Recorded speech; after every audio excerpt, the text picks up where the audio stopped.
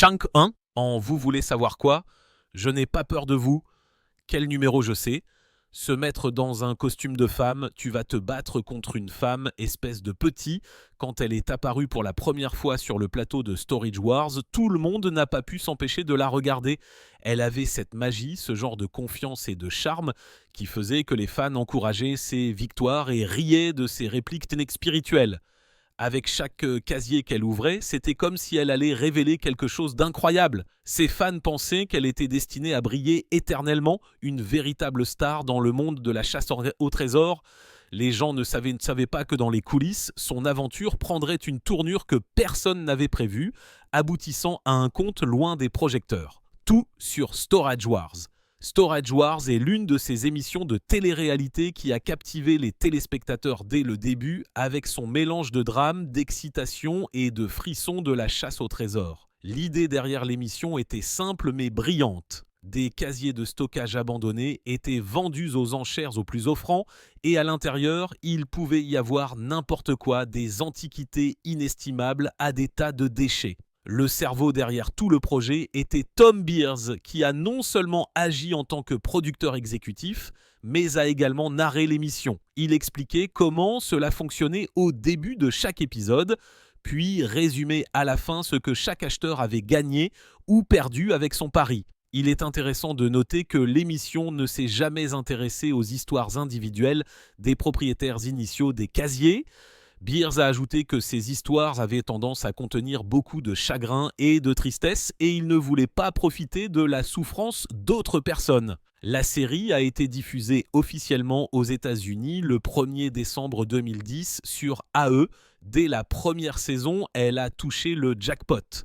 La première saison était composée de 19 épisodes dont la plupart ont été tournés dans des unités d'entreposage libre-service à travers la Californie du Sud.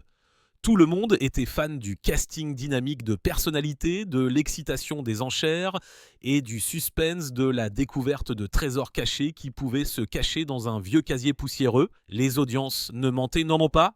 Storage Wars a été un succès. Lorsque la deuxième saison est arrivée, son émission de lancement a attiré un nombre impressionnant de 5 à 1 million de téléspectateurs, le plus grand nombre qu'AE ait jamais enregistré à ce moment-là. Forte de cette popularité, AE a rapidement commandé d'autres saisons de Storage Wars. Une commande énorme de 26 épisodes a été passée pour le deuxième tour, qui a été diffusé pour la première fois le 5 juin 2012, mais seuls 20 épisodes ont été diffusés initialement. Les 6 autres ont été retenus et diffusés ultérieurement dans le cadre de la seconde moitié de la saison 3, qui a été diffusée pour la première fois le 4 décembre 2012. L'émission a continué de rouler avec des saisons supplémentaires, attirant des téléspectateurs année après année qui aimaient regarder les acheteurs faire d'énormes paris dans l'espoir de recevoir des récompenses encore plus grandes. Le 30 janvier 2019, la saison 12 s'est terminée et pendant un certain temps, il a semblé que cela pourrait être la fin de Storage Wars. Il n'y avait pas de nouvelles de renouvellement et les fans ont spéculé que le trajet était enfin terminé. Chunk 2. Mais en mars 2021, AE nous a choqués en annonçant la saison 13 qui a été diffusée le 20 avril. Storage Wars était loin d'être terminée. La saison 14 a débuté plus tard en novembre 2021 et les téléspectateurs ont été ravis lorsque Barry Weiss, un favori des fans qui était parti dès la saison 4 en 2013, a rejoint le groupe d'acheteurs même bien plus d'une décennie après sa diffusion. Storage Wars a continué à rouler. La saison 15 s'est terminée le 15 août 2023 après 24 épisodes et la chaîne a annoncé que le trajet était loin d'être terminé. Une 16e saison a été approuvée pour le 7 juin 2025, cette fois dans un format d'1 heure au lieu de la demi-heure standard. Pour couronner le tout, Dave Hester, un autre acheteur familier qui avait disparu depuis la saison 12, ferait son retour. La popularité de l'émission phare a même donné naissance à une série de spin-offs dans d'autres lieux et formats. Il y a eu Storage Wars Texas qui a duré de 2011 à 2014 et Storage Wars New York qui a eu son passage en 2013. Le Canada a également eu sa propre version qui a été diffusée entre 2013 et 2015.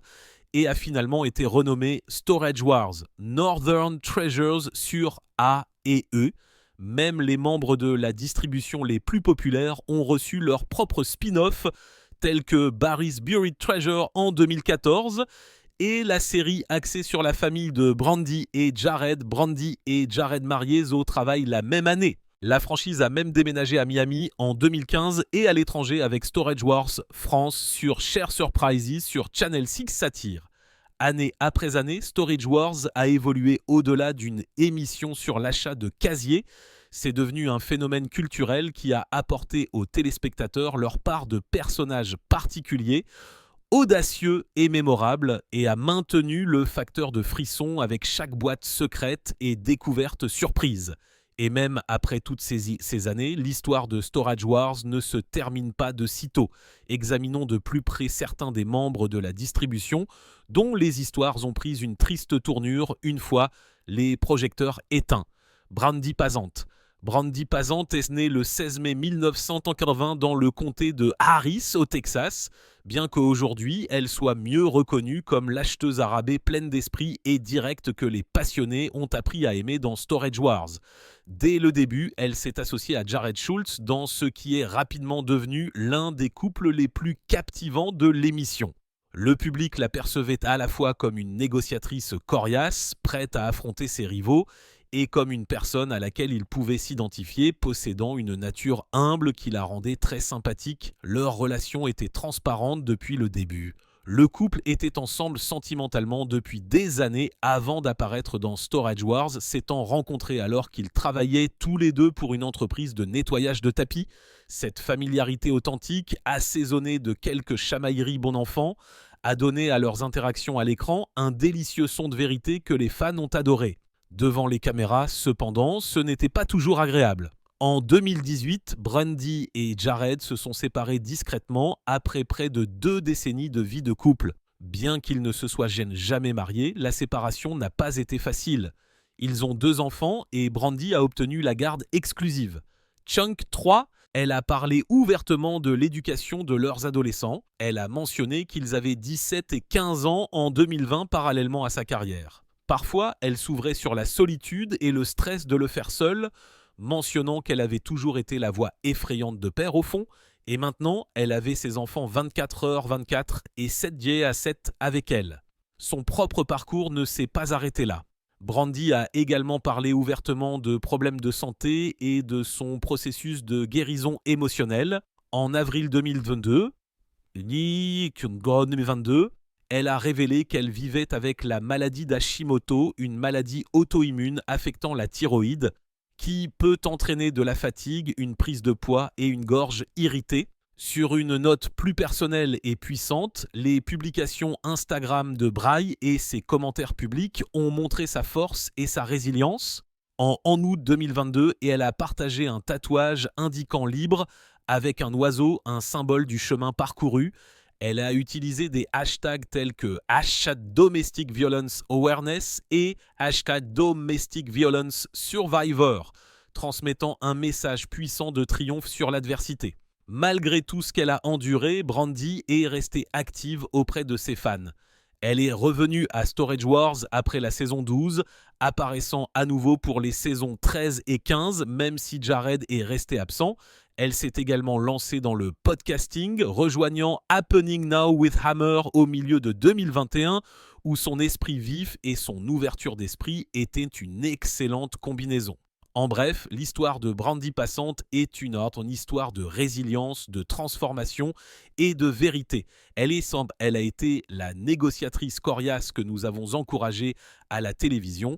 Mais dans la vraie vie, elle est aussi la survivante qui a fait des sacrifices, ses enfants, sa santé, sa sérénité qui ont défini son parcours sans aucun doute. Mary Payton, Mary Padon, la Junkster ou la reine de la casse, est née le 24 août 1980 à Dallas, au Texas. Elle a d'abord étudié le photojournalisme à l'Université du Texas avant de décrocher un emploi à New York en tant qu'assistante de rédaction pour Architectural Digest. Ce contexte axé sur le design a servi de base a son œil attentif pour transformer des pièces ordinaires en trésors chics. Le mal du pays l'a ensuite ramenée au Texas où elle a appliqué son énergie créative au lancement d'un magasin d'antiquités en briques et mortier appelé Mary's Finds. C'est là que le destin est intervenu. Le producteur Mo Prigo a remarqué son talent et lui a proposé de l'emmener à des enchères de stockage. Cela a conduit à sa première apparition dans Storage Wars Texas lors de la saison 2, ce qui lui a rapidement valu le titre de Junkster pour son don apparemment surnaturel de repérer les déchets comme des trésors. Sa combinaison de charme, de créativité et d'un peu de dureté a fait d'elle une favorite des fans. Elle n'existait pas simplement. Elle était une présence. Les producteurs lui ont offert une place dans la série principale de Storage Wars. Dès la saison 6, elle était acheteuse à temps plein, passant du spin-off texan à la série phare, devenant ainsi la première star de la franchise à le faire. Sa gentillesse et sa camaraderie avec l'autre acheteur Ivy Calvin, qu'elle appelait fréquemment sa meilleure amie, l'ont rendue encore plus populaire auprès des téléspectateurs. La saison 12, qui s'est terminée peu avant la pandémie, n'a vu qu'une seule apparition de Mary lors du premier épisode de la saison 13, participant aux côtés de Brandy Passante à une séance d'enchères d'adieu à la Californie avant qu'elle ne quitte l'émission. Chunk 4. Alors, que fait-elle ces jours-ci ? Mary a réduit sa présence à la télévision mais était restée occupée en ligne. Elle exploite toujours Mary's Finds, maintenant plus basée sur Internet, offrant des trouvailles vintage, une décoration intérieure recyclée et même des peluches faites maison via son site web et ses médias sociaux. Ses abonnés sur les médias sociaux restent importants sur Instagram, Facebook et TikTok. Elle publie des escapades d'été de friperie, des tutoriels de bricolage et des moments candides occasionnels, répondant même aux courriers de fans fous, gagnant un public dévoué et enthousiaste de plus de 360 000 personnes. En dehors des affaires, Mary conserve sa nature philanthropique. Elle s'est associée à Ubuntu Life, une organisation à but non lucratif kenyane qui vend des bracelets faits à la main au profit des femmes Maasai et des cliniques pour besoins spéciaux. Emily Wares. Emily Wares est une histoire de passion, de diligence et de dépassement des obstacles dans une profession où les femmes sont minoritaires. Née en 1990 à Solène, une petite ville paisible de l'Iowa de moins de 3000 habitants, elle a été exposée aux enchères dès le début car son père, Brent West, est commissaire-priseur professionnel depuis plus de 35 ans. Emily ne se contentait pas de rester sur la touche lorsqu'elle était enfant. Elle était au premier plan et aidée. Elle s'occupait des feuilles, nettoyait les déchets, travaillait comme clerc et chargeait même les articles. Cette exposition lui a donné suffisamment confiance pour se lancer elle-même dans le secteur. À 17 ans, Emily a pris une décision radicale en s'inscrivant au Worldwide College of Auctioneering. Elle y a obtenu son certificat de commissaire-priseur bilingue, ce qui l'a distingué encore davantage. Il n'a pas fallu longtemps avant que son talent ne commence à attirer l'attention. En 2008, elle a été finaliste du championnat international des commissaires-priseurs juniors et l'année suivante, elle a marqué l'histoire. Emily est devenue l'une des plus jeunes et l'une des rares femmes à remporter le concours des commissaires-priseurs de l'Iowa. Ce n'était que le début d'une carrière remplie de récompenses. Elle a été désignée commissaire-priseur du choix du peuple du Wyoming en 2010, suivie de la plus jeune jamais et de la première femme à remporter le titre du concours des commissaires-priseurs du Colorado en 2012. En 2014, elle avait déjà accumulé un autre titre important, celui de championne d'État des commissaires-priseurs du Wyoming. Son moment le plus mémorable a été en 2018, lorsqu'elle a été couronnée championne internationale des commissaires-priseurs. En cours de route, elle a acquis des titres professionnels prestigieux tels que CAI, Certified Auctioneers Institute, ATS, Auction Technology Specialist et BAS, Benefit Auctioneer Specialist. Les talents d'Emily ne sont pas restés cachés dans les granges d'enchères. En 2012, elle est apparue pour la première fois à la télévision dans Money Barn, une émission de télé-réalité d'Animal Planet mettant en vedette des commissaires-priseurs. Ce petit avant-goût de la télévision a ouvert des portes plus grandes. Dès la saison 10 de Storage Wars, Emily était devenue commissaire-priseur semi-régulière dans l'émission. Le public a immédiatement remarqué sa personnalité dynamique et son refus de reculer dans un monde dominé par les hommes et soumis à une forte pression. Elle n'était pas la jeune femme de l'émission. Chunk 5. Elle était rapide, vive et aussi professionnelle que ses collègues vétérans. La vie depuis que les caméras ont cessé de tourner a été tout aussi occupée. Emily a déménagé dans l'Idaho où elle exploite Auctioneering West, étendant l'entreprise familiale à de nouvelles régions. Elle a également adopté la technologie, mettant ses enchères en ligne et effectuant des ventes dans plusieurs États.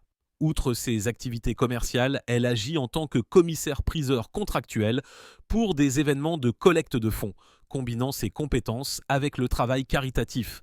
Sur le plan personnel, Emily a également trouvé la joie à la maison. En mai 2017, Emily a épousé son petit ami de longue date, Cody Cruel. 2 ans plus tard, le couple a eu sa fille, Millie Rose, le 8 août 2019.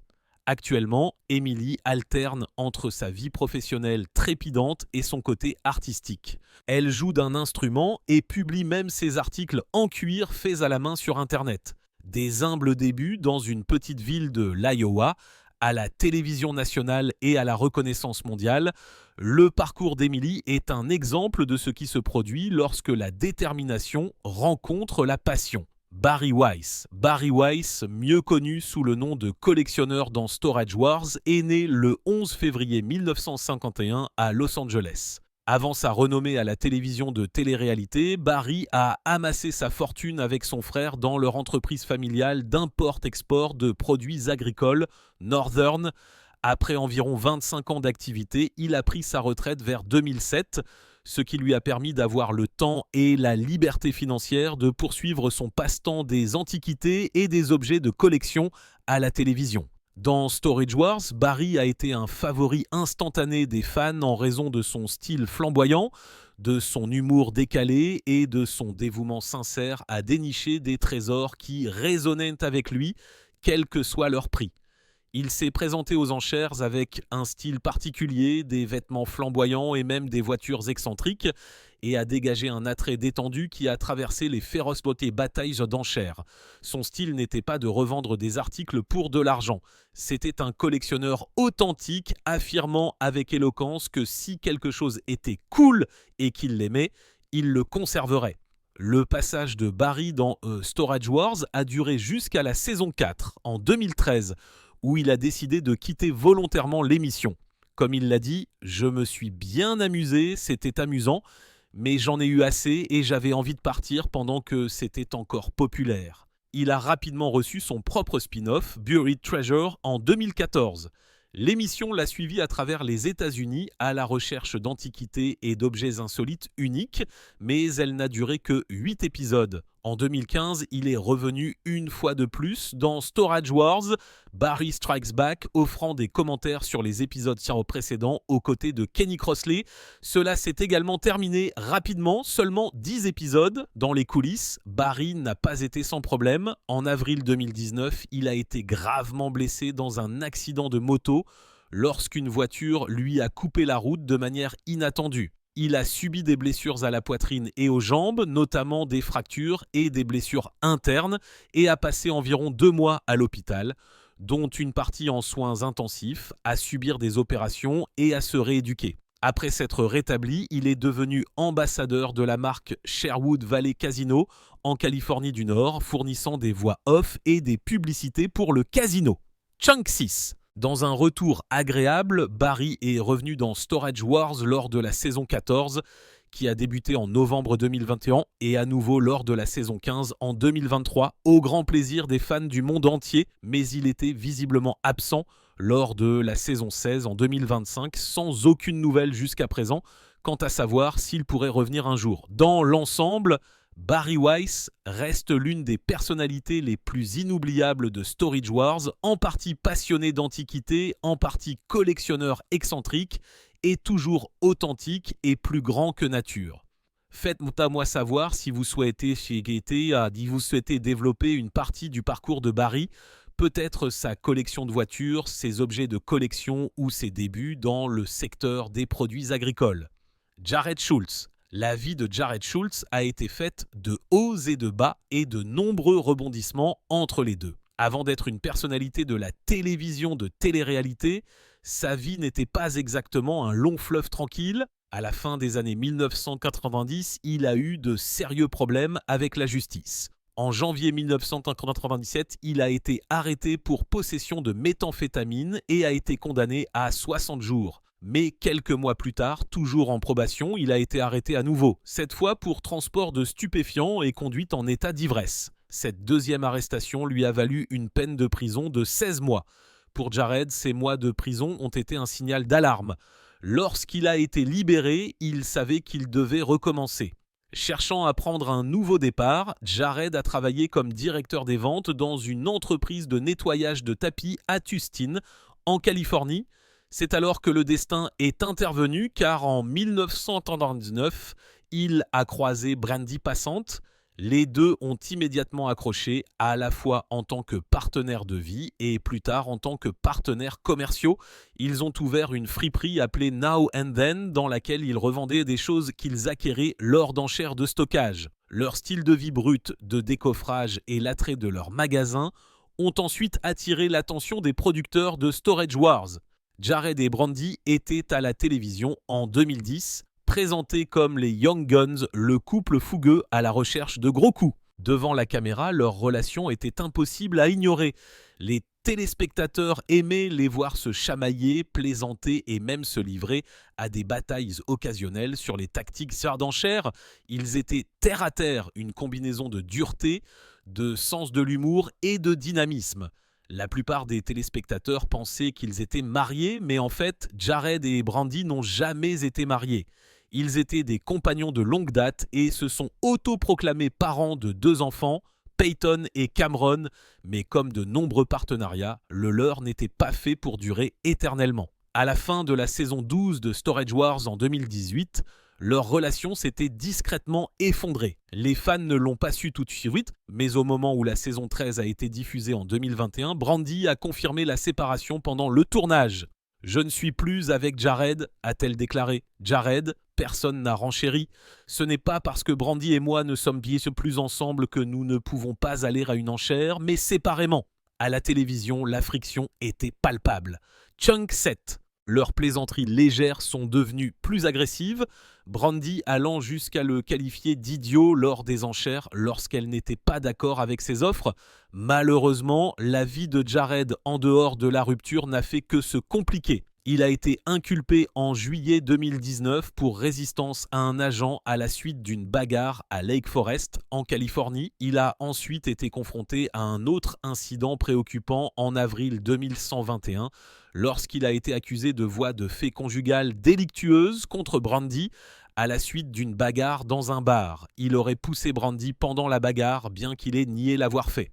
Par la suite, la même année, en octobre 2021, Jared a eu d'autres ennuis, cette fois-ci inculpé pour conduite en état d'ivresse après avoir conduit une voiture avec un taux d'alcoolémie supérieur à la limite légale de 0,08%. En juin 2023, la plupart de ces affaires étaient non résolues, combinées à des procès en cours. Pour ses fans, qui le considéraient autrefois comme faisant partie du duo le plus palpitant de Storage Wars, c'était un rappel brutal de la rapidité avec laquelle les circonstances changent dans la vie. La trajectoire de Jared témoigne à la fois de sa force et des défis qui continuent de définir son récit. Les frères Harris. Lorsque Matt et Mark Harris, les jumeaux identiques mieux connus sous le nom de rois du swag, sont arrivés pour la première fois dans Storage Wars, ils ont fait tourner les têtes avec leurs vêtements flashy, leur style coordonné et leur allure de star. On aurait dit qu'ils venaient de descendre d'un tapis rouge dans le domaine des casiers de stockage. Les frères basés à Los Angeles étaient déjà établis, ayant créé une entreprise autour des cadeaux de célébrités et du territoire des salons VIP. Il leur a donc semblé naturel d'apporter ce même glamour aux enchères. Les frères Harris sont entrés dans Storage Wars lors de la saison 3, vers 2013. Ils sont d'abord apparus en tant qu'évaluateurs pour Barry Weiss lorsqu'il a découvert une veste Star Wars rare. Leur charisme et leur profil plus grand que nature ont immédiatement attiré l'attention et peu de temps après, ils ont été promus acheteurs de saison lors des saisons 3 et 4. L'un de leurs moments forts a été lorsqu'ils ont acheté un casier pour seulement 45$ et ont trouvé un pressoir à olives antiques à l'intérieur.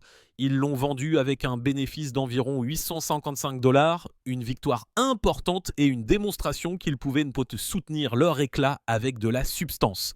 Les fans les ont appréciés parce qu'ils étaient différents des chasseurs de stockage typiques, alors que la plupart des acheteurs avaient l'air dur, compétitif et parfois impitoyable. Les frères Harris injectaient de l'humour, de l'enjouement et beaucoup de personnalité. Ils passaient beaucoup de temps à se chamailler, à raconter des blagues et même à se tromper lors des enchères, par exemple lorsqu'ils enchérissaient involontairement l'un contre l'autre. Plutôt que d'être considérés comme des erreurs, ces instances les ont rendus plus attachants et agréables à regarder. Hors caméra, les frères Harris produisaient Wow Creations, leur entreprise de cadeaux de luxe, et leur entreprise de cadeaux et de marketing. Ils ont fait la promotion d'événements dignes de la liste A tels que les Oscars, les Grammy et les Golden Globes en plaçant des sacs de cadeaux haut de gamme entre les mains des célébrités. Bénéficiant de l'exposition à la télévision, ils ont élargi leur marque et ont même lancé une série en ligne intitulée The Harris Brothers World of Wow, où ils se sont aventurés dans des endroits insolites et des endroits moins connus de Los Angeles. Contrairement à certains de leurs autres membres de la distribution, Matt et Mark ont échappé à d'énormes scandales ou procès. Ils étaient relativement dramatiques, bien que certains fans se soient plaints que leur tenue flashy ne correspondait pas tout à fait à l'environnement poussiéreux, rude et chaotique des enchères de stockage. Mais honnêtement, cela faisait partie de leur attrait. Ils étaient différents parce qu'ils n'avaient pas peur d'être eux-mêmes.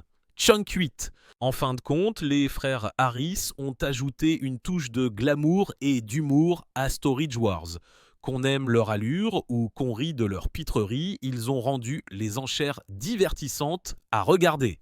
Mark Balello. Mark Balello est né le 31 janvier 1973 à Madeira, au Portugal.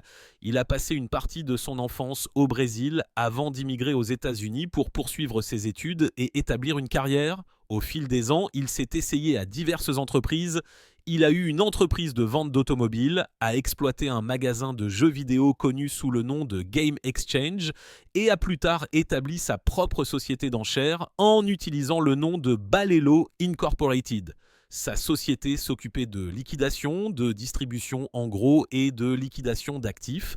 Et il était donc une figure bien connue dans le domaine des enchères. Lorsque Balello est arrivé dans Storage Wars, les fans l'ont immédiatement remarqué. Il était dans l'émission des saisons 2 à 4 et il n'était pas un type qu'on pouvait facilement ignorer. Habillé sur son 31 avec ses vêtements flashy, sa forte personnalité et sa tendance à apporter des liasses de billets, sinon $50 000 ou plus, aux enchères, il s'est immédiatement fait remarquer. D'autres enchérisseurs l'appelaient Rico Suave en raison de ses manières et de sa confiance. L'un de ses moments les plus mémorables dans l'émission a été lorsqu'il a trouvé une ancienne console Nintendo dans un casier. Il était ravi qu'elle puisse valoir des milliers de dollars, jusqu'à $13 000.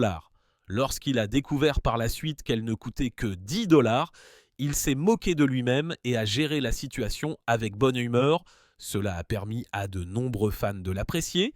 Malgré toute la fanfaronnade, il ne se prenait pas au sérieux. L'histoire de Balello a cependant connu une triste tournure. En février 2013, il a été arrêté dans son entreprise Semi-Valley pour suspicion d'être sous l'influence de drogue et de possession de drogue. Il traversait une période difficile et 2 jours plus tard, une tragédie s'est produite. Le 11 février 2013, il a été découvert mort dans son garage, assis dans sa voiture, avec le moteur toujours en marche.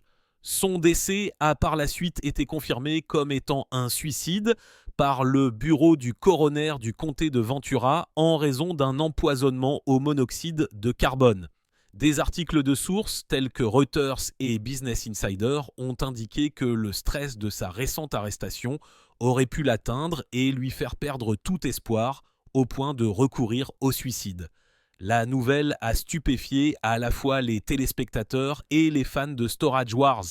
AEE a publié une déclaration qui disait « Nous sommes profondément attristés par cette tragédie et nos pensées vont à la famille de Mark. Cela a rappelé que même quelqu'un qui paraissait si sûr de lui et si dynamique à la télévision pouvait lutter profondément dans les coulisses. » En regardant en arrière l'ascension et la chute des stars de Storage Wars, il est clair que l'émission était plus que de simples casiers remplis de boîtes poussiéreuses et de trésors cachés. C'était le reflet des personnes qui y ont participé, leurs rêves, leurs défauts, leurs risques et leur résilience. Chunk 9. Chaque enchérisseur qui s'est présenté à ces enchères portait sa propre histoire et grâce à l'émission, ces histoires sont devenues une partie de la culture pop. Ce qui a rendu Storage Wars si spécial, ce n'était pas seulement l'excitation de trouver des objets de valeur dans des unités de stockage oubliées, ce sont les personnalités qui ont transformé de simples guerres d'enchères en un drame à ne pas manquer. Les fans ne se contentaient pas de regarder pour voir ce qu'il y avait à l'intérieur d'un casier. Ils voulaient voir comment Brandy déjouerait Jared, comment Barry arriverait avec une autre voiture excentrique ou comment la créativité de Mary Patton transformerait les déchets en quelque chose qui vaut la peine d'être gardé. Ces personnages ont donné vie à l'émission, lui donnant un cœur au-delà des chiffres. Mais avec la réalité, la télévision est livrée avec une vérité compliquée. La célébrité ne garantit pas le bonheur et le succès n'efface pas les luttes personnelles. Certains membres de la distribution ont bâti des vies stables et de nouvelles entreprises, tandis que d'autres se sont retrouvés pris dans des controverses, des ruptures ou même des tragédies. L'émission a mis en évidence le frisson du hasard, comment une simple enchère de $50 pourrait changer une journée. Mais hors caméra, la vie ne distribuait pas toujours des mains aussi chanceuses. Ce qui est le plus frappant, c'est à quel point le public s'est investi dans ces vies. Les téléspectateurs ont applaudi les victoires, ri des faux pas et, dans certains cas, pleuré les pertes comme s'il s'agissait de membres de leur famille. Ce lien émotionnel est rare à la télévision et montre à quel point ces histoires sont devenues puissantes. En fin de compte, Storage Wars restera dans les mémoires non seulement comme une série de télé-réalité à succès, mais aussi comme un temps instantané culturel de l'ambition, de l'imprévisibilité et de l'humanité, où les fortunes pouvaient changer en une seule enchère et où les vrais trésors étaient souvent les personnes elles-mêmes.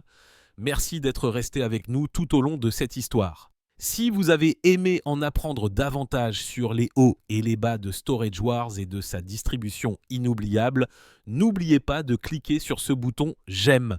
Cela nous aide vraiment. Et si vous voulez des explorations plus approfondies des histoires inédites de vos stars préférées, assurez-vous de vous abonner à la chaîne et d'activer la cloche de notification pour ne jamais manquer une mise à jour. Nous avons beaucoup plus de choses à vous proposer.